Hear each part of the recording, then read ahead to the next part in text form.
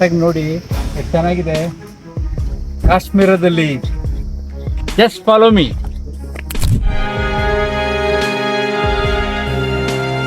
Travelling video. ನಾವು ಕಾರ್ಗಿಲ್ಗೆ ಹೋಗ್ತಾ ಇದೀವಿ.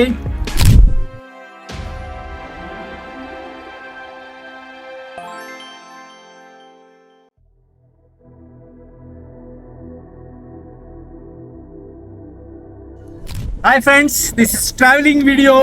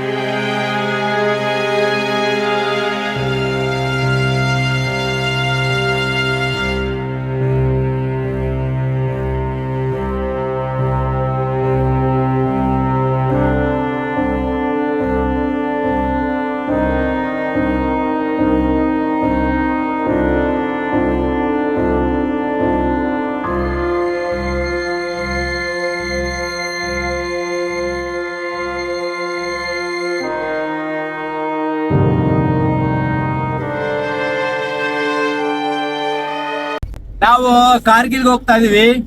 ನಮ್ಮನ್ನ ಕರ್ಕೊಂಡು ಹೋಗ್ತಾ ಇರೋದು ರವಿ ಅಂತ ಅವ್ರು. ನೋಡಿ, 30 ವರ್ಷಗಳಿಂದ ಆರ್ಟ್ ಆಫ್ ಲಿವಿಂಗ್ ಅಲ್ಲಿ ಅವರು ರವಿಶಂಕರ್ ಆಶ್ರಮದಲ್ಲಿ ಮ್ಯಾನೇಜರ್ ಆಗಿದ್ರು.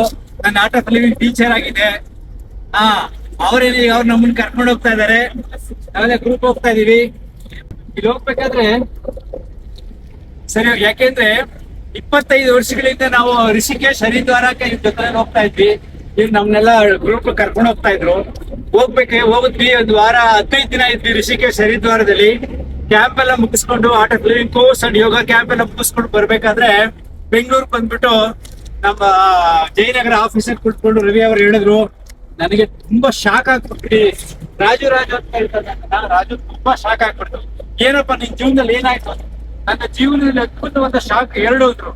ಮೊದಲನೇ ಶಾಕ್ ಏನಪ್ಪಾ ಅಂದ್ರೆ, ಅವ್ರು ಮಾರುತಿ ಕಾರ್ ತಗೊಂಡಿರ್ತಾರೆ.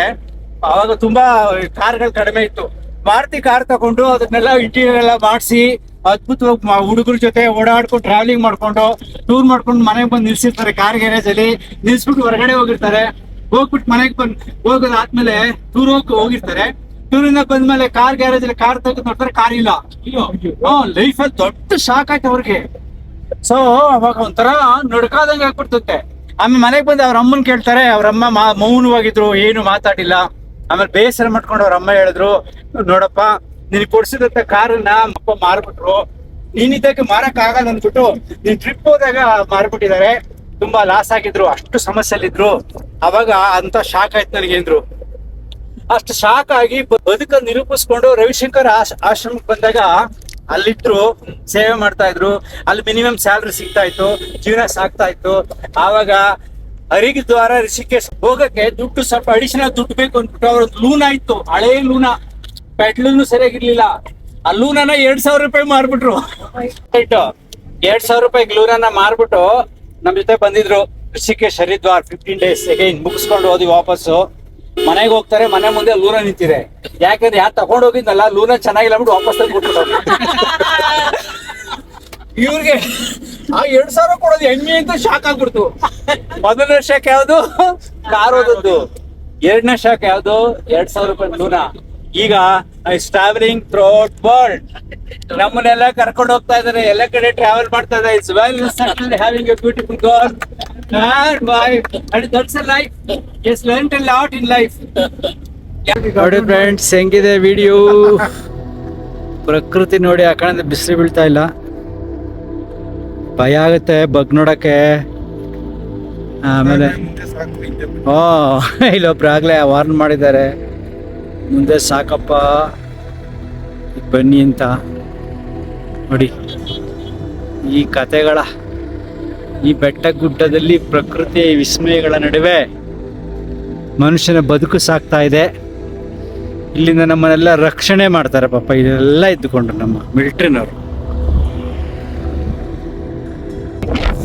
ಸಂಸ್ಕಾರ ಇಂಡಸ್ 2 ಕಲರ್ ಇದೆ ನೋಡಿ. ಈ ಕಡೆ ಬ್ಲೂ ಇದೆ, ಆ ಕಡೆ ಆ ಥರ ಇದೆ. ಪ್ರಕೃತಿ ಹೆಂಗಿದೆ, 2 ಸೇರ್ತಾ ಇದೆ.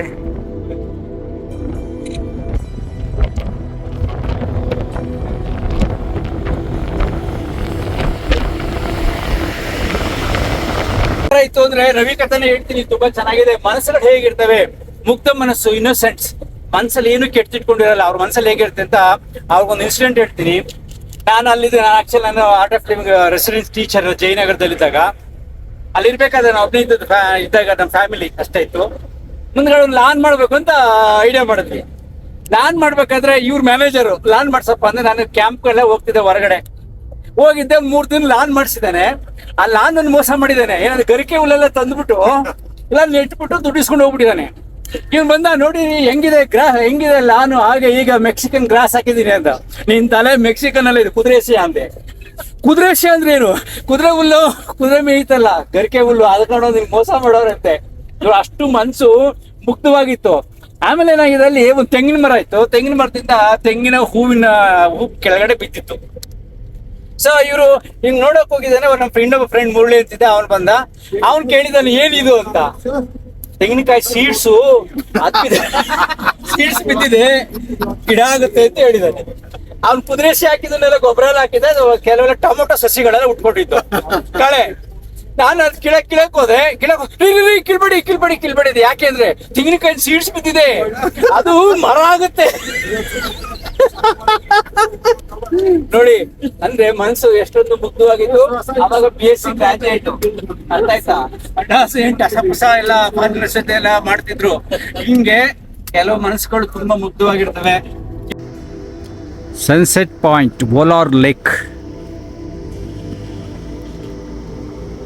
ತುಂಬ ಚೆನ್ನಾಗಿದೆ ನೋಡಿ ಸ್ನೇಹಿತರೆ, ಎಷ್ಟು ಚೆನ್ನಾಗಿದೆ. ಫ್ರಮ್ ಕಾಶ್ಮೀರದಲ್ಲಿ ವೋಲಾರ್ ಲೇಕ್ ಅಂತ,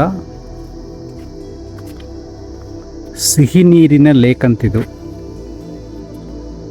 ಅದ್ಭುತವಾಗಿದೆ.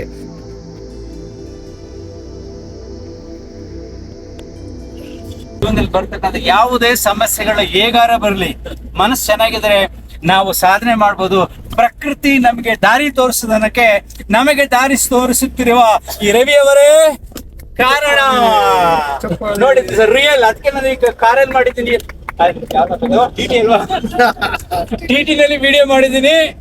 ಸೊ ಈಗ ನಾವು ಕಾರ್ಗಿಲ್ ಕಡೆ ಹೋಗ್ತೀವಿ. Beautiful story, remember real story, ಯಾಕಂದ್ರೆ ಅವ್ರು ಇರೋದ್ರಿಂದ. ಓಕೆ, ಹಾಗೆ ನಿಮ್ ಜೀವನದಲ್ಲಿ ಒಳ್ಳೆ ಮನಸ್ಸನ್ನ ಇಟ್ಕೊಳ್ಳಿ, ಸಾಧನೆ ಮಾಡ್ತಾ ಹೋಗಿ, ನಿಮ್ಮನ್ನ ಖಂಡಿತ ಪ್ರಕೃತಿ ಕಾಪಾಡುತ್ತೆ.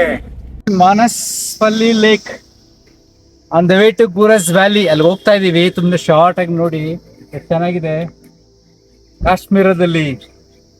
Just follow me.